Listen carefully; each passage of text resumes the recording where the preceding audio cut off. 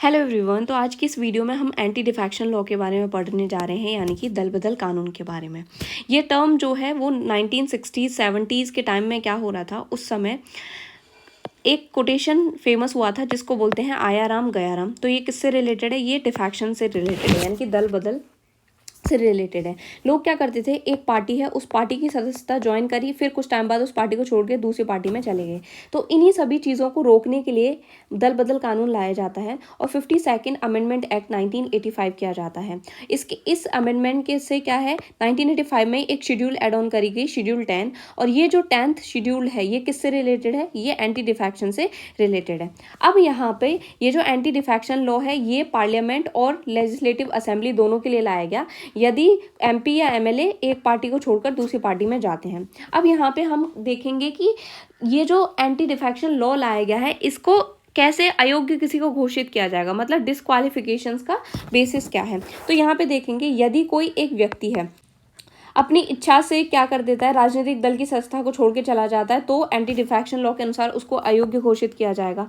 या फिर कोई एक निर्दलीय व्यक्ति है, वो निर्वाचित हुआ है और बाद में क्या करता है, वो किसी दल में शामिल हो जाता है। यानी कि कोई एक व्यक्ति है, पहले वो विदाउट किसी भी पार्टी से नहीं था जब इलेक्ट हुआ था वो, ठीक है, लेकिन इलेक्शन के बाद उसने क्या किया, बाद में किसी पार्टी को ज्वाइन कर लिया, तो ऐसा व्यक्ति भी अयोग्य घोषित हो जाएगा, ठीक है। या फिर कोई एक सदस्य है, वो उसको पार्टी बोल रही है किसी चीज पे वोट करने में, वो पार्टी के विपरीत जाके वोट कर रहा है, पार्टी मना कर रही है कि इस चीज पे वोट नहीं करना है और वो उस चीज पे जाके वोट कर रहा है, तो इसमें इसके अनुसार भी वो अयोग्य घोषित हो जाएगा।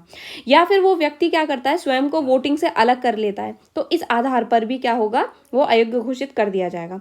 या फिर ऐसा मानते हैं कि कोई भी एक मनोनीत सदस्य, यानी कि कौन है, एक नॉमिनेटेड मेंबर, कोई भी एक नॉमिनेटेड मेंबर है और वो 6 मंथ्स के बाद क्या करता है, किसी पार्टी को ज्वाइन कर लेता है, तो इस आधार पर भी उसको अयोग्य घोषित किया जाएगा। तो यहाँ पर डिस्क्वालिफिकेशंस के जो पॉइंट हैं वो टोटल 5 पॉइंट्स हैं, जिसमें एक है स्वेच्छा से राजनीतिक दल छोड़ देता है, दूसरा है कि निर्दलीय और बाद में दल ज्वाइन कर लेता है, तीसरा है कि पार्टी के विपरीत जाके वोट करता है, चौथा है कि स्वयं को वोटिंग से अलग कर लेता है, और पांचवा है कि वो नॉमिनेटेड मेंबर है और बाद में 6 महीने के बाद किसी भी पार्टी को ज्वाइन कर लेता है, ठीक है। अब हम यहाँ पे देखें तो कुछ अपवाद भी हैं। अपवाद में क्या है कि यदि कोई व्यक्ति है, एक व्यक्ति लोकसभा से है, तो वो एज अ इलेक्ट हो जाता है स्पीकर। यदि कोई व्यक्ति स्पीकर के तौर पे इलेक्ट हो जाता है तो वो जो है एंटी डिफेक्शन लॉ के अनुसार अयोग्य घोषित नहीं किया जाएगा। जब तक ये स्पीकर अपने पद पर है तब तक ये एज अ स्पीकर रह सकता है, लेकिन इस पद की समाप्ति के बाद ये वापस से ज्वाइन कर सकता है सदस्यता,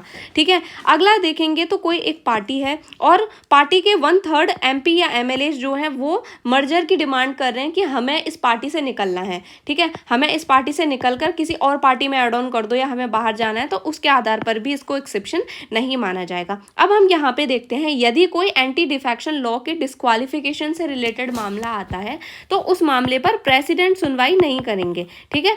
इस मामले को कौन देखेगा? लोकसभा स्पीकर या राज्यसभा का चेयरमैन देखेगा। अब ये लोग जो भी डिसीजन देंगे, ये डिसीजन जुडिशियल रिव्यू के अंतर्गत आता है, यानी कि इनके ऊपर कोर्ट जो है रिव्यू कर सकता है। और जुडिशियल रिव्यू का कॉन्सेप्ट 1992 में क्या किया गया था, एड ऑन किया गया था यहाँ पे, ठीक है।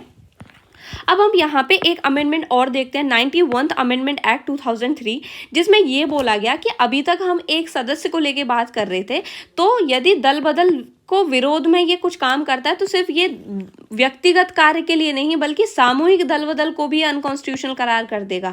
एक व्यक्ति कोई नहीं, यदि 4-5 लोगों का एक ग्रुप है और वो इस तरीके की हरकतें करता है, यानी कि डिस्क्वालिफिकेशंस के पॉइंट जो बताएं ये सब काम करता है, तो उसे भी अनकॉन्स्टिट्यूशनल करार कर दिया जाएगा। अब 91th अमेंडमेंट एक्ट 2003 में देखें तो इसने एक चीज और एड ऑन करी गई, काउंसिल ऑफ मिनिस्टर का एक साइज को लिमिट किया गया, यानी कि लोकसभा है और उसके 15% से अधिक काउंसिल ऑफ मिनिस्टर का साइज नहीं होना है, ठीक है। और अगला क्या एड ऑन किया गया, ये जो अभी हम बता रहे थे कि 1/3 मेंबर यदि डिमांड करें कि हमें पार्टी से अलग होना है, तो उसने इस बेसिस पे इस पॉइंट को भी एबॉलिश कर दिया, इस पॉइंट को क्या कर दिया, समाप्त कर दिया। तो इस तरीके से हमने यहाँ पे एंटी डिफेक्शन लॉ को देखा कि किस तरीके से एंटी डिफेक्शन लॉ वर्क करता है। ये एक स्टेबिलिटी प्रदान करने का काम करता है कि कोई भी व्यक्ति एक पार्टी से इलेक्ट हुआ है तो वो उसी पार्टी के प्रति अपनी लॉयल्टी रखे और किसी ग्रीड के चक्कर में दूसरी पार्टी में ना जाए, ठीक है। तो if you find this video useful then please like, comment, share and subscribe our channel and thank you for watching.